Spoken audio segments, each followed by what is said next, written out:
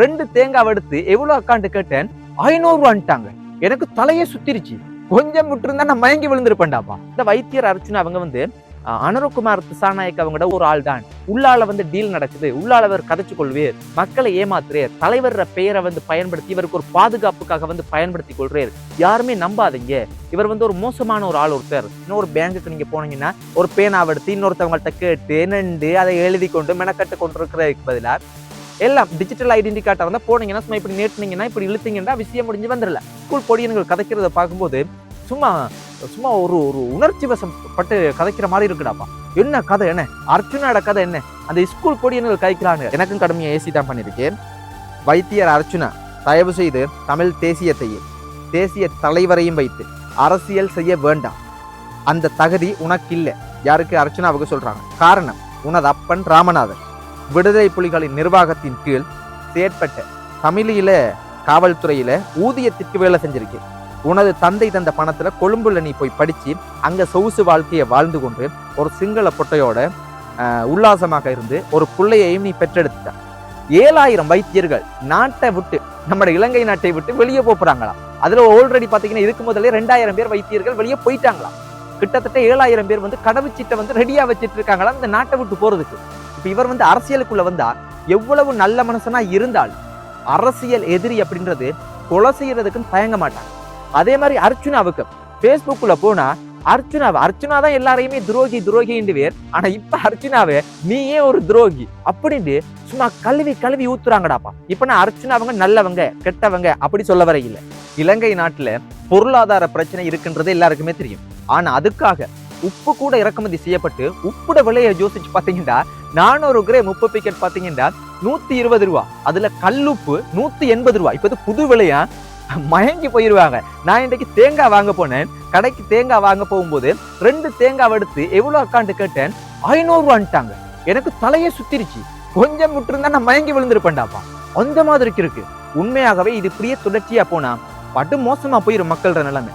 அதே மாதிரி இன்னொரு விஷயம் என்னண்டா, 7000 வைத்தியர்கள் நாட்டை விட்டு, நம்ம இலங்கை நாட்டை விட்டு வெளியே போறாங்களாம். அதுல ஆல்ரெடி பாத்தீங்கன்னா இதுக்கு முதல்ல 2000 பேர் வைத்தியர்கள் வெளியே போயிட்டாங்களாம்.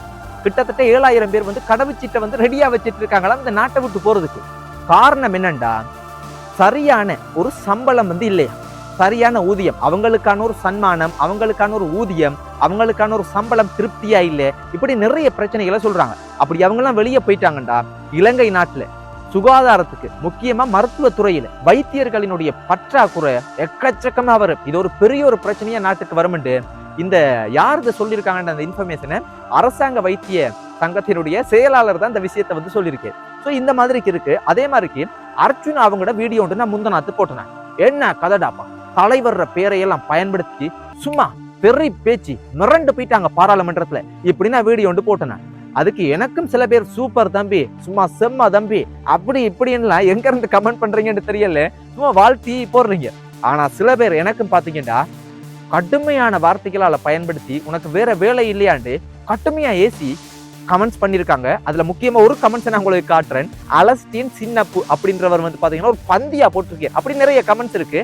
அதே மாதிரி அர்ச்சுனாவுக்கு பேஸ்புக்குள்ள போனா அர்ச்சுனா தான் எல்லாரையுமே துரோகின்னு பேர். ஆனா இப்ப அர்ச்சுனாவே நீயே ஒரு துரோகி அப்படின்னு சும்மா கழுவி ஊத்துறாங்கடாப்பா. இப்ப நான் அர்ச்சுனாவங்க நல்லவங்க கெட்டவங்க அப்படி சொல்ல வர இல்லை. இந்த கமெண்ட்ஸ் பண்றாங்க அவங்க வந்து அரசியல்வாதிகள் சம்பந்தப்பட்டவங்களா மக்களா அது நமக்கு தெரியா.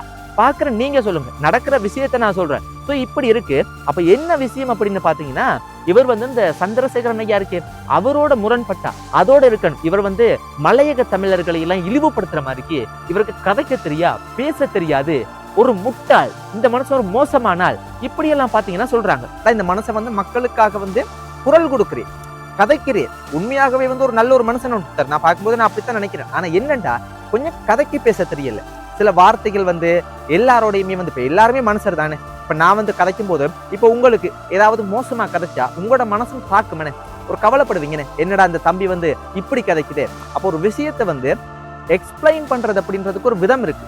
நடந்து கொள்றது விஷயம் ஒன்றுதான், ஆனா அதை நாங்க எப்படி கொண்டு போய் சேர்க்கிறோம் அப்படின்றது. ஆனா உண்மையாகவே அரசியல் ரீதியா பார்க்கும்போது மிகப்பெரிய ஒரு முன்னேற்றத்துக்கு அர்ச்சுனா அவங்க வந்திருக்காங்க. ஆனா அதுக்காக எல்லாரையுமே தாக்கக்கூடாது. அது என்னுடைய தனிப்பட்ட கருத்து. ஸோ இந்த மாதிரிக்கு அர்ச்சுனா அவங்க வந்து பாத்தீங்கன்னா இந்த கப்பல்ல வந்து இறங்குனாங்க அப்படின்ற மாதிரி மலையக தமிழர்களை எல்லாம் சும்மா கடுமையா சும்மா விளாசி தள்ளி இருக்கிறேன்.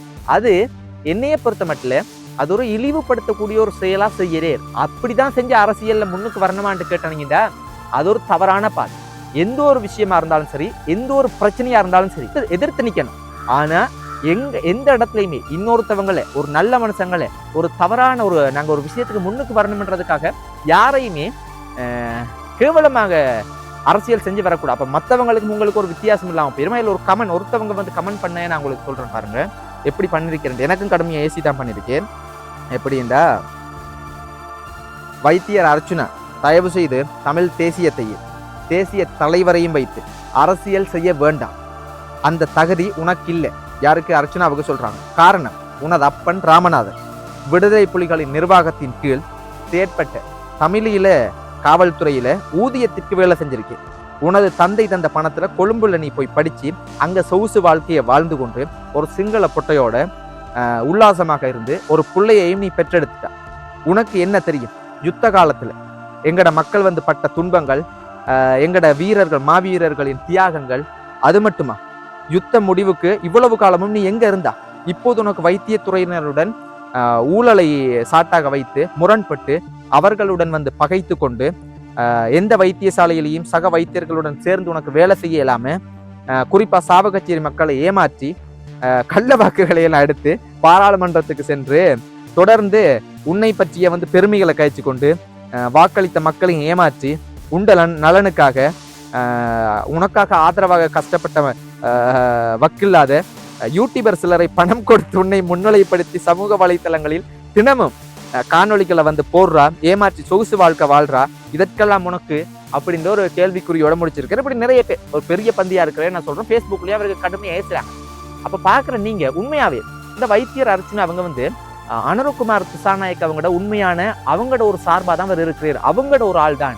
உள்ளால வந்து டீல் நடக்குது, உள்ளால அவர் கதைச்சு கொள்வார், மக்களை ஏமாத்துறார், தலைவர் பெயரை வந்து பயன்படுத்தி இவருக்கு ஒரு பாதுகாப்புக்காக வந்து பயன்படுத்தி கொள்றார்.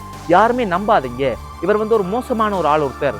எங்கட சமூகத்தையும் எங்கட மக்களையும் எங்கட தமிழ் இனத்தை இவர் வந்து விற்க போறார், ஒரு நடுத்தரவில் கொண்டு போய் நிப்பாட்டுற அளவுக்கு மோசமா இருப்பார் என்று நிறைய கமெண்ட். இப்ப இது வந்து இந்த மாதிரியான விமர்சனம் வரும். ஏன் அப்படின்னா இப்ப இவர் வந்து அரசியலுக்குள்ள வந்தா எவ்வளவு நல்ல மனுஷனா இருந்தால் அரசியல் எதிரி அப்படின்றது கொலை செய்யறதுக்குன்னு தயங்க மாட்டாங்க. அந்த மாதிரிக்கு மோசமான விஷயங்கள் எல்லாம் அரசியல் உள்ளுக்கு வந்தா நடக்குது. ஸோ இது வந்து பாக்குற நீங்க உங்களோட கருத்துக்களை சொல்லுங்க. நான் என்னால செய்தியை தான் சொல்ல முடியும், என்ன நடக்குது அப்படின்ட்டு என்னுடைய கருத்துக்களை சொல்லலாம். ஏன்னா இது வந்து ஒரு ஒரு ஒரு ஒரு நுணுக்கமா கதைக்க வேண்டிய சில விஷயம். இதுல நாங்க தவறுதலா சில விஷயங்களை சொல்லிட்டோம்னா இது ஒரு பாரிய ஒரு பிரச்சனையை கொண்டு வந்து. அப்ப அதனால நாங்க நுணுக்கமா தான் அதை கதைக்கணும். பாக்குற மக்கள் அந்த பொடியமார்கள் சின்ன பொடியன்கள் ஸ்கூல் பொடியன்கள் கதைக்கிறத பார்க்கும்போது சும்மா சும்மா ஒரு ஒரு உணர்ச்சி வசம் பட்டு கதைக்கிற மாதிரி இருக்குடாப்பா. என்ன கதை, என்ன அர்ச்சுனாட கதை, என்ன அந்த ஸ்கூல் பொடியன்கள் கதைக்கிறானுங்க, அவனுங்களை கொண்டு வந்து அரசியலுக்குள்ள விட்டா கூட சும்மா பின்னி பெடல் எடுப்பானுகள் போல அந்த மாதிரிக்கு கதைக்கிறானுங்க. நாட்டுல பாத்தீங்கன்னா இப்ப நிலைமையெல்லாம் மோசமா போய் கொண்டிருக்கிற மாதிரி தான் இருக்கு. பார்க்கும்போது என்ன நடக்க போதோ தெரியல. ஆனா நேற்றைய தினம் ஜிஓவி பே அப்படின்னு கவர்மெண்ட் பே அப்படின்ற ஒரு டிஜிட்டல் சம்பந்தப்பட்ட ஒரு விஷயத்தை அறிமுகப்படுத்தி இருக்கிறாங்க. இப்ப இந்த டிஜிட்டல் சம்பந்தப்பட்ட விஷயத்துல நிறைய பேருக்கு தெளிவில்லை. இதனால என்ன நடக்க போகுது, நாட்டுல வந்து மக்களுக்கு பட்டினி, நிறைய வேலைகளில் எவ்வளவு பிரச்சனைகள் இருக்கு, அதை விட்டு போட்டு இவங்க டிஜிட்டலும் கொண்டு இருக்காங்க. இதெல்லாம் முக்கியமானு யோசிக்கிறீங்க. உண்மையாகவே ஒரு டிஜிட்டல்ன்றது ஒரு நாட்டினுடைய பொருளாதாரத்தை அடுத்த கட்டத்துக்கு கொண்டு போகும். உங்களினுடைய நேரம் வந்து மிச்சப்படுத்தப்படும். காரணம் என்னன்னா இப்ப நீங்க ஒரு டிஜிட்டலா இருக்குண்டா ஒரு உதாரணத்துக்கு ஒரு கரண்ட் பில்லோ தண்ணி பில்லோ இதெல்லாம் நீங்க பே பண்றதுக்கு எந்த ஒரு அலுவலுக்கு வந்து நீங்க வந்து வீட்டை விட்டு வெளியே போகாம எல்லாமே வீட்டுல இருந்த மாதிரி செய்யக்கூடிய மாதிரி இருந்தா எவ்வளவு நேரம் மிச்சப்படும். அதே மாதிரிக்கு உங்களோட கல்ச்சர் அப்படின்ற கல்ச்சர் சேஞ்ச் கொண்டு வரும். நடைமுறை வாழ்க்கையில வந்து நடைமுறைகள்ல வந்து முன்னேற்றப்படும். பணம் வந்து நீங்க அதிகமா கையில வச்சிருக்க தேவையில்ல. பணம் வந்து எல்லாமே வந்து கையில வச்சிருக்கிறதுக்கான சந்தர்ப்பம் இல்லை. இப்ப சுவிஸ்ல எல்லாம் பாத்தீங்கன்னா நிறைய பணம் கையில வச்சிருக்கல, அப்படிலாம் சட்டம் இருக்கு. அப்ப யோசிச்சு பாருங்க, அந்த நாட்டினுடைய வளர்ச்சியை ஒரு சின்ன நாடு என்ன ஒரு கொஞ்சம் மக்கள் தொகை இருக்கக்கூடிய நாடு, ஆனா உலகத்திலேயே மிகப்பெரிய பொருளாதாரத்துல முதன்மையா இருக்கக்கூடிய நாடுகள்ல அதுவும் உண்டு. அப்ப அது அந்த நாட்டுல எல்லாம் அவ்வளவு டிஜிட்டல் மயமாக்கப்பட்டிருக்கு. அப்ப உங்களோட ஐடென்டி கார்டு எல்லாம் பாத்தீங்க எப்படியா இருந்துச்சுன்னா ஒரு பேங்குக்கு நீங்க போனீங்கன்னா ஒரு பேனாவை எடுத்து இன்னொருத்தவங்கள்ட்ட கேட்டு நின்று அதை எழுதி கொண்டு மெனக்கட்டு கொண்டு இருக்கிறதுக்கு பதிலா எல்லாம் டிஜிட்டல் ஐடென்டி கார்டை வந்து போனீங்கன்னா சும்மா இப்படி நேட்டுனீங்கன்னா இப்படி இழுத்தீங்கன்னா விஷயம் முடிஞ்சு வந்துடல. எல்லாம் டிஜிட்டல் முறையா இருக்கும். அப்ப அந்த மாதிரி டிஜிட்டல் இந்த எழுத்து மூலங்கள் இந்த மாதிரிக்கு வந்து காத்திருந்து ஏசி பேசி நிக்கிறதுக்கு பதிலா டிஜிட்டலா இருந்தா நல்லா இருக்கு. அப்ப அந்த மாதிரிக்கு சில விஷயங்கள் இருக்கு. அதே மாதிரிக்கு சில பிரச்சனைகளும் நாட்டுல போய் கொண்டிருக்கு. இதெல்லாம் பார்த்து போட்டு உங்களோட கருத்துக்களை சொல்லுங்க. நன்றி.